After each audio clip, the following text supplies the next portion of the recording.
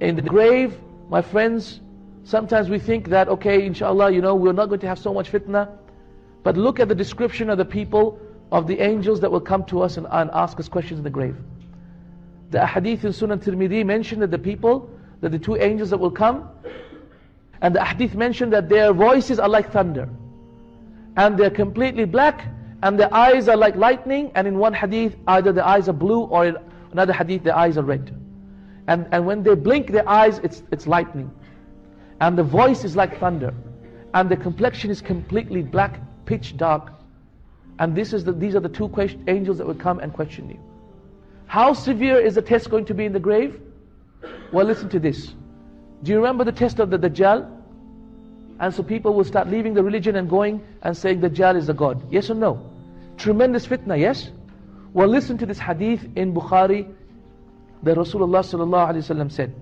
He said, "Uhiya ilayya, it has just been revealed to me now that you will be tested in your graves, like example or similar to the fitna of the test of the Masih Dajjal." Wallahi, whether we live for the time of the Dajjal or not, we will have a test of the Dajjal that, subhanAllah, that we cannot escape from.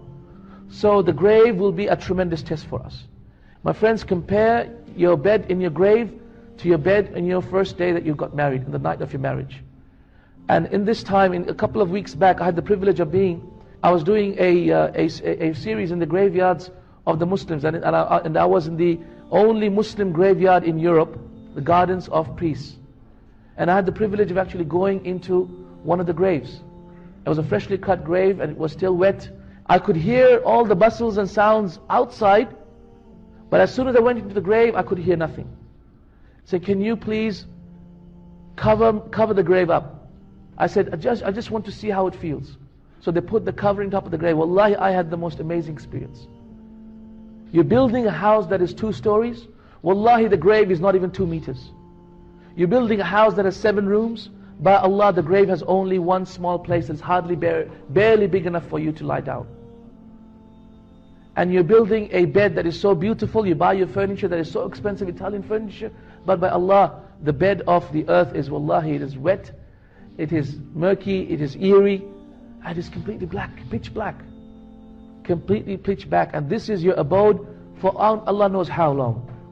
Look at the people who passed away before us. Thousands of years they're still in their graves. Pass by them and think about it. My friends, truly, the grave is the first status of the hereafter. It is for this reason why Uthman radiallahu anhu used to cry when he used to think about the grave, and they used to say, why are you crying? Because truly, qabr is the first status, the first dwelling place from the placing of the hereafter. If your place in the qabr is good, then wallahi, what comes after that will be good. And if your place in the qabr is bad, what comes after it will be bad. Why?